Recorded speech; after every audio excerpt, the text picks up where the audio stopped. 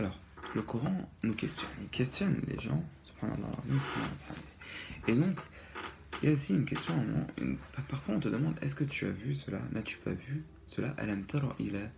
Et on te questionne aussi à propos des gens.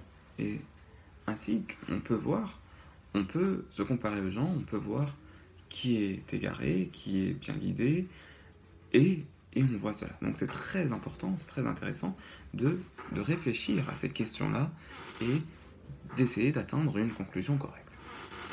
Alors là, on est dans Surat Al-Imran. Il y a une partie des gens, on te demande, est-ce que tu as vu, n'as-tu pas vu ces gens à qui il était donné une partie du livre? Une partie du livre. La Torah, l'Évangile, le Coran, une partie du livre. Et lorsque on les appelle à ce que le livre, justement, juge d'entre eux, alors une partie d'entre ces gens-là qui ont eu une partie du livre, qui pourront dire du livre, qui pourront réciter le livre descendu du Dieu, Tabaraka wa Ta'ala, une partie d'entre eux se détourne. Se détourne. Pourquoi? Parce qu'ils disent qu'ils ne seront touchés par l'enfer qu'une période limitée. Qu'une période limitée.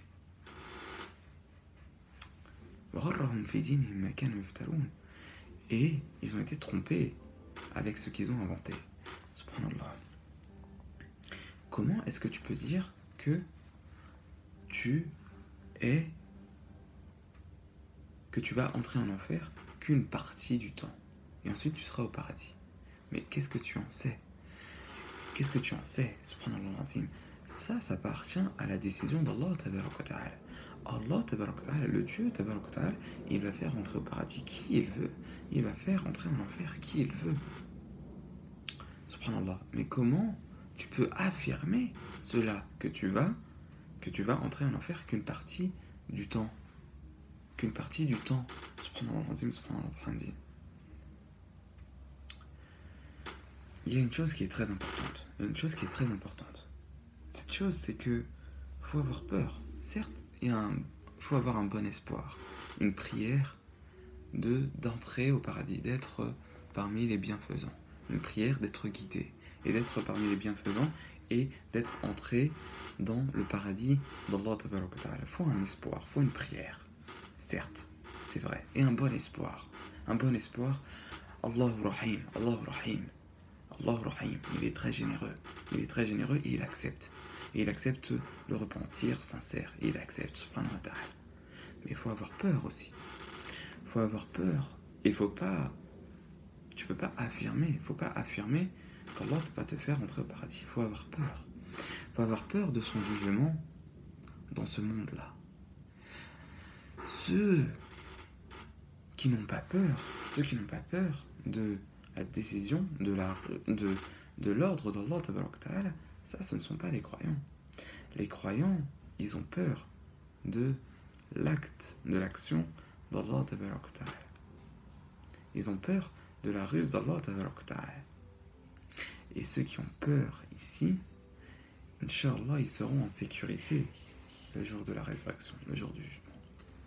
Alors que ceux qui se sentent en sécurité ici, ceux qui se sentent en sécurité ici, quand on dit en sécurité de la punition et de la ruse d'Allah tabaraka ta'ala et de l'action d'Allah tabaraka ta'ala, ceux qui se sentent en sécurité ici-bas, au jour du jugement, subhanallah azim, subhanallah al-hamdi, ils auront peur, ils auront le fazar al-akbar, ils auront peur. Et le châtiment est terrible. Donc ça c'est très intéressant à voir. Que ce soit par exemple des juifs et des chrétiens à qui on apporte maintenant le Coran. Maintenant vous avez le Coran, il faut y croire, ce sont les signes qui viennent juger d'entre nous, alhamdoulilah. Et même des gens à qui il a été donné une partie du Coran, ils pourront prononcer des bonnes paroles, des paroles du Coran. Mais subhanallah, quand on leur apporte d'autres versets du Coran, ils ne le prennent pas, ils le refusent et ils s'en écartent. Et après, ils pourront dire, de toute façon, on va être touché dans l'enfer que certains jours, qu'un nombre de jours limité. Mais ensuite, c'est le paradis. Mais qu'est-ce que tu en sais? c'est Allah tabarak wa ta'ala, c'est une décision qui n'appartient qu'à Allah tabarak wa ta'ala. Certes, il faut avoir un bon espoir en Allah tabarak wa ta'ala, il faut agir, il faut faire, et il tient sa promesse, Allah tabarak wa ta'ala. Même si tu es croyant et tu fais les bonnes œuvres, alhamdulillah, il tient sa promesse, il te fait entrer au paradis, dans un paradis dans lequel tu as ce que tu désires, dans lequel tu es satisfait. Il tient sa promesse. Mais subhanallah, il faut avoir peur de lui. Dans son obéissance, il y a la peur de lui, la peur de son makr. Et avec la peur, là, tu peux agir. Si tu n'as pas peur, comment tu vas agir comment tu vas agir raisonnablement? Comment tu vas agir raisonnablement si tu n'as pas peur d'Allah tabarak wa ta'ala? Comment tu vas agir dans l'obéissance si tu n'as pas peur d'Allah tabarak wa ta'ala? Il faut avoir peur d'Allah tabarak wa ta'ala. Donc voilà. Donc ça, c'est sur ce questionnement-là. Est-ce que tu as vu ces gens-là? N'as-tu pas vu ces gens-là? Est-ce que tu... C'est une question aussi, moi en tant que musulman, que je vous pose. Est-ce que vous avez vu ce genre de gens-là? Ils ont certes une partie du livre, mais quand on les appelle au livre pour qu'ils jugent entre eux, il y en a certains qui sont des tourons.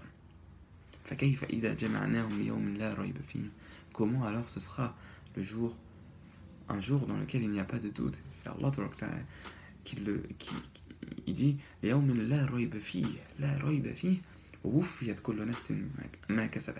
et que chaque personne aura du coup ce qu'elle aura acquis. Voilà, donc ça c'est un autre questionnement et une autre, voilà, un autre apport, Inch'Allah, qu'Allah accepte que ce soit utile, amin, pour vous et pour moi, et que la paix d'Allah soit sur les bons. Alhamdulillah.